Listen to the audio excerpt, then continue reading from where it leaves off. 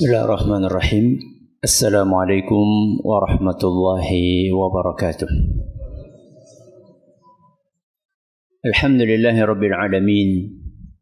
Wabihi nasta'inu ala umri dunya waddin. Wa sallallahu ala nabiyyina wa sayyidina Muhammadin wa ala alihi wa sahbihi ajma'in, amma ba'd. Kita panjatkan puja dan puji syukur kehadirat Allah Subhanahu wa taala pada kesempatan pagi menjelang siang yang berbahagia kali ini, hari Ahad tanggal 1 Rabiul Tsani 1440 Hijriah atau yang bertepatan dengan tanggal 9 Desember 2018. Kita masih kembali diberi kekuatan, kesehatan, hidayah serta taufik dari Allah Jalla wa'ala, sehingga kita bisa kembali menghadiri salah satu di antara taman-taman surga di dunia. Kita berharap semoga Allah Subhanahu wa ta'ala berkenan untuk melimpahkan kepada kita semuanya ilmu yang bermanfaat, sehingga bisa kita amalkan sebagai bekal untuk menghadap kepada Allah Jalla wa'ala. Amin. Salawat dan salam semoga senantiasa tercurahkan kepada junjungan kita Nabi besar Muhammad sallallahu alaihi wasallam, kepada keluarganya, sahabatnya, dan umatnya yang setia mengikuti tuntunannya hingga akhir nanti. Para hadirin dan hadirat sekalian yang kami hormati, dan juga segenap pendengar Radio Insani 88.8 FM di Purwokerto, Purbalingga, Banjarnegara, Cilacap, Wonosobo, Kebumen, Banyumas dan sekitarnya, serta para pemirsa Yufi TV dan Niaga TV yang mudah-mudahan senantiasa dirahmati oleh Allah Azza wa Jalla. Alhamdulillah, pada pertemuan terakhir kita telah memasuki silsilah pembahasan fikih sirah Nabi kita Muhammad SAW yang nomor 39, sehingga hari ini adalah pertemuan yang ke-40. Pada pertemuan terakhir kita, saat itu di Masjid Agung Baitus Salam Purwokerto, kita membahas tentang sebuah syariat Islam yang sangat mulia, yaitu apa? Jihad. Ya. Ini yang kita bahas pada pertemuan terakhir kita. Dan saat itu telah kita sampaikan bahwa jihad itu adalah merupakan sebuah syariat indah di dalam Islam yang proses pensyariatannya mengalami beberapa fase. Dan itu sudah kita bahas pada pertemuan yang sebelumnya. Pada pertemuan sebelumnya kita juga sudah bahas bahwa Islam itu bukan agama yang haus darah. Islam itu bukan agama yang haus darah. Islam bukan agama yang suka mencari permusuhan. Justru sering di antara kaum muslimin, mereka lah justru pihak yang dizalimi oleh orang-orang yang tidak suka dengan ajaran ini. Nah, pada pertemuan hari ini, yaitu pertemuan ke-40 dan seterusnya, kita akan membahas tentang perang-perang atau jihad-jihad yang terjadi sepanjang sejarah kaum muslimin. Dan dari perang-perang tersebut banyak sekali pelajaran-pelajaran yang kita ambil. Karena selama ini ketika kita belajar tentang peperangan, tentang pertempuran, yang paling sering dihafal adalah berapa jumlah pasukan kaum muslimin, berapa jumlah pasukan kaum musyrikin, siapa yang menang, kapan terjadinya. Hanya sebatas itu. Betul atau tidak? Betul. Ya. Perang Badar jumlahnya sekian kaum muslimin, kaum musyrikin sekian. Terjadinya kapan? Perang Uhud yang menang siapa? Nanti perang Uhud jumlah kaum muslimin sekian, jumlah kaum musyrikin sekian. Terjadinya tanggal sekian, yang menang siapa? Sebatas itu saja. Padahal di dalam proses pertempuran tadi banyak sekali pelajaran-pelajaran berharga yang bisa kita ambil bukan hanya masalah angka dan angka. Karena menghafal angka, seandainya ada manfaatnya, maka ada yang lebih besar manfaatnya dibandingkan sekedar menghafalkan angka. Yaitu pelajaran-pelajaran kehidupan yang bisa kita petik dari rentetan peristiwa-peristiwa pertempuran tadi. Dan nanti insya Allah kita akan sebutkan contoh-contohnya. Kita akan awali hari ini dengan peperangan Badar. Peperangan Badar. Dan ini kisahnya panjang, sehingga kita akan bagi menjadi 2 pertemuan. Sekarang kita akan bahas Perang Badar bagian yang pertama. Insya Allah pada bulan depan kita akan bahas Perang Badar bagian yang kedua. Perang Badar ini biasa juga diistilahkan dengan Perang Badar Al-Kubra. Perang Badar Al-Kubra. Apa artinya Al-Kubra? Yang besar. Perang ini terjadi pada tanggal 17 Ramadan. Tanggal berapa? 17 Ramadan. Tahun kedua Hijriah. Tahun kedua Hijriah. Dan di perang perdana terbesar ini, Allah Subhanahu wa Ta'ala memberikan kemenangan dengan karunia darinya kepada kaum muslimin. Padahal saat itu kaum muslimin sangat minim kekuatan fisiknya. Kekuatan fisiknya sangat minim. Jumlah pasukannya sedikit, kendaraan perangnya sedikit, alat-alat peperangannya juga sangat minim. Sama sekali tidak sebanding dengan persiapannya kaum musyrikin. Dan kita sering mendengar bahwa perang Badar ini dipicu dengan apa? Keinginan kaum muslimin untuk mencegat kafilah dagang dari suku Quraisy, musyrikin Quraisy yang datang dari mana ke mana? Dari Syam menuju ke Mekah. Itulah kisah yang selama ini kita dengar. Dan itu ada benarnya. Akan tetapi ketika hal tersebut tidak dijelaskan secara gamblang, maka akan timbul prasangka yang buruk. Misalnya, wah ternyata orang-orang Islam itu suka ngerampok. Ternyata di dalam Islam Nabi Muhammad SAW mengajarin untuk menghadang barang dagangan milik orang lain dan seterusnya. Ini adalah suara-suara sumbing yang disampaikan oleh sebagian orang karena satu mungkin tidak faham alur sejarahnya. Atau mungkin karena faham akan tetapi kebencian yang ada dalam hati menutupi sikap objektif mereka. Kita perlu ketahui bahwasannya selama kaum muslimin berada di Mekah, mereka itu ditindas habis-habisan oleh kaum musyrikin. Ini sejarah yang harus kita fahami. Dan mereka ditindas dari sisi ekonomi iya, dari sisi agama juga iya. Mereka ditindas dari sisi ekonomi. Nabi kita SAW pernah diboikot di sebuah lembah. Diboikot, tidak boleh berjual beli,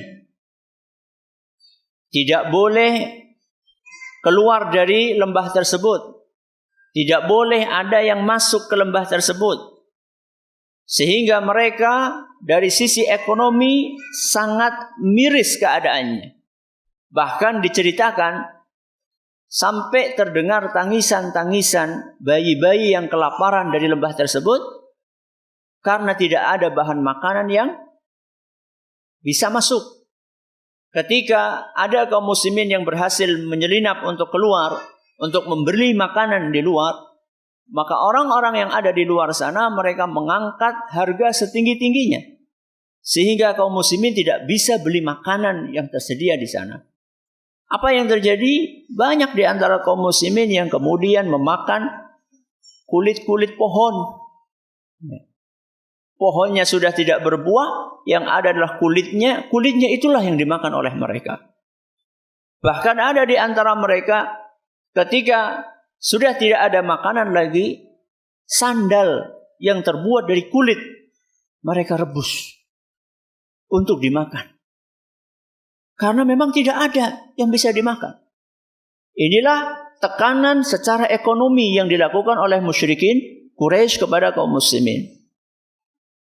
Dan juga kaum muslimin, mereka ditekan secara agama, dipaksa, disiksa, diintimidasi, bahkan dibunuh supaya mau pindah agama. Akhirnya, karena itu berjalan selama sekian belas tahun, Allah Subhanahu wa taala mengizinkan nabinya dan para sahabat kaum muslimin untuk pindah, untuk hijrah dari Mekah menuju Madinah. Sebenarnya hijrahnya kaum muslimin dan Nabi SAW itu bahasa lainnya adalah mereka diusir oleh kaum musyrikin Quraisy. Sehingga Nabi kita Muhammad SAW sebagaimana telah kita sampaikan dalam tema hijrahnya Rasul SAW ke Madinah, kita telah sampaikan bahwa Nabi SAW ketika sampai di perbatasan kota Mekah, sebelum beliau melangkah lebih jauh menuju ke Madinah, beliau menengok ke kota Mekah sambil berkata, "Wallahi innaki la ahabbul biqa'i ilayya." Atau kama qala sallallahu, "Wahai Mekah, sesungguhnya engkau adalah tanah atau daerah yang paling aku sukai, yang paling aku cintai, yang paling aku sayangi. Laula anna qaumaki atau laula anna qaumi akhrajuni ma kharajtu minki."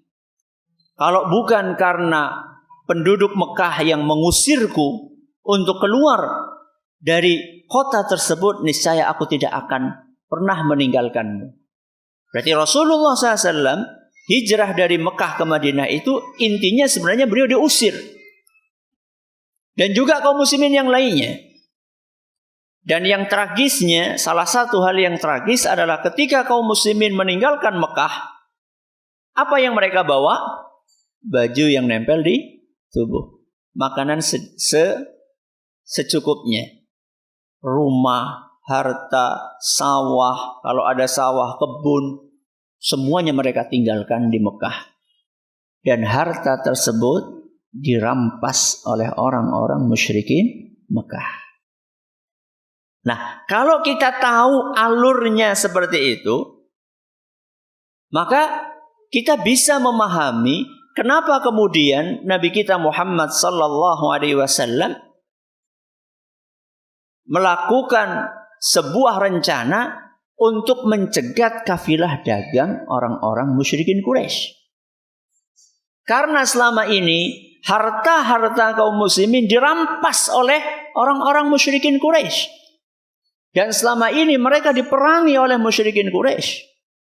Sehingga ada saatnya kita melawan.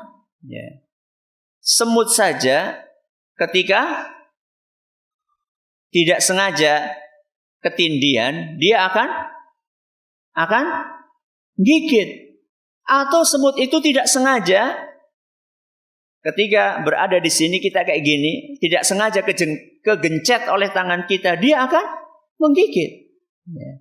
Dia akan ngasih tahu, ini loh aku kegencet. Jadi jangan sampai kemudian ketika kita digigit semut langsung, dari orang bisa kok. Dia itu ingin kasih tahu kepada kita, ini loh saya terganggu. Semut saja seperti itu. Nabi kita Muhammad SAW ceritanya mendengar berita bahwasannya orang-orang Quraisy mereka mengirimkan kafilah dagang mengirimkan kafilah dagang dengan di bawah pimpinan Abu Sufyan. Siapa pemimpinnya? Abu Sufyan. Saat itu Abu Sufyan belum masuk Islam. Mereka berangkat dari Mekah menuju ke mana? Ke Syam. Dan saat itu jumlah orang-orang yang menjaga kafilah tersebut adalah 40 orang. Jadi kafilah dagang itu berangkat dari Mekah menuju ke Syam sambil dijaga oleh 40 orang. Maka begitu Nabi SAW mendengar berita tentang berangkatnya kafilah dagang milik musyrikin Quraisy, Nabi SAW memerintahkan, menganjurkan kepada para sahabatnya untuk berangkat menghadang kafilah dagang itu. Dan kita tahu orang dari Mekah menuju Syam, dia perlu melewati Madinah. Perlu melewati jalan yang dekat dengan Madinah. Sehingga Nabi SAW memerintahkan kepada sebagian sahabatnya, dan saat itu dari para sahabat yang berangkat ada 150, dan itu dari golongan muhajirin. Berapa? 150 orang untuk mencegat kafilah dagang yang dijaga oleh berapa orang? 40 orang. Dan ini pemberangkatan pasukan kaum muslimin ini terjadi di bulan Jumada al-Ula. Jumada al-Ula itu tahun bulan nomor berapa? Diurut di situ apa? Nomor berapa? Syawal. Terus? Subhanallah. Maaf, Muharram. Terus Safar. Terus Rabiul Awal, Rabiul Tsani, Jumadal Ula. Berapa berarti? Bulan nomor 5. Ingat-ingat.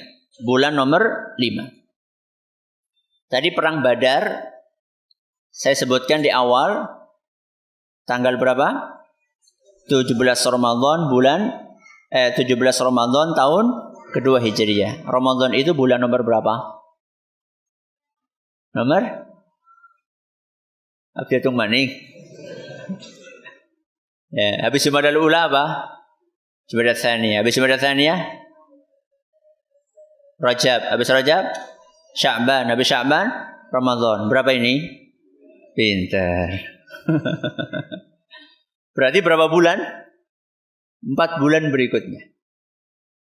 Pertama kali Nabi SAW mencegat kafilah dagang itu yang baru berangkat dari Mekah menuju Syam. Itu di bulan 5. Kenapa kemudian perangnya di bulan 9? Nanti kita akan jelaskan. Jadi pasukan kaum muslimin yang terdiri dari golongan muhajirin, berapa orang tadi? 150 orang, dipercayakan benderanya untuk dipegang oleh paman Nabi Sallallahu Alaihi Wasallam, yaitu Hamzah. Siapa? Hamzah bin Abdul Muttalib radhiyallahu anhu. Walaupun pasukannya 150 orang, akan tetapi kendaraan mereka cuma 30 onta. Berapa? 30 onta. Berarti antara jumlah orang dengan ontanya 150 banding berapa? 30. Berarti 1 banding 5. Terus bagaimana Ustaz? Ya gantian. Ya. 1 onta gantian buat 5 orang. Orang kabehan munggah, ya ora cukup. Ya. Naik 1 atau 2 setelah sekian gantian. Itulah yang dilakukan. Sehingga perjalanannya menjadi tidak terlalu cepat. Karena harus bolak-balik gantian. Karena itulah yang mereka punya saat itu. Allah menakdirkan sebelum mereka bisa menghadang kafilah itu, kafilah tersebut sudah melewati jalan yang seharusnya di situ dihadang, alias lepas. Alias lepas. Kembalilah kaum muslimin ke Madinah. Namun mereka tahu bahwa kafilah dagang ini nanti bakalan pulang. Dari mana ke mana? Dari Syam ke Mekah.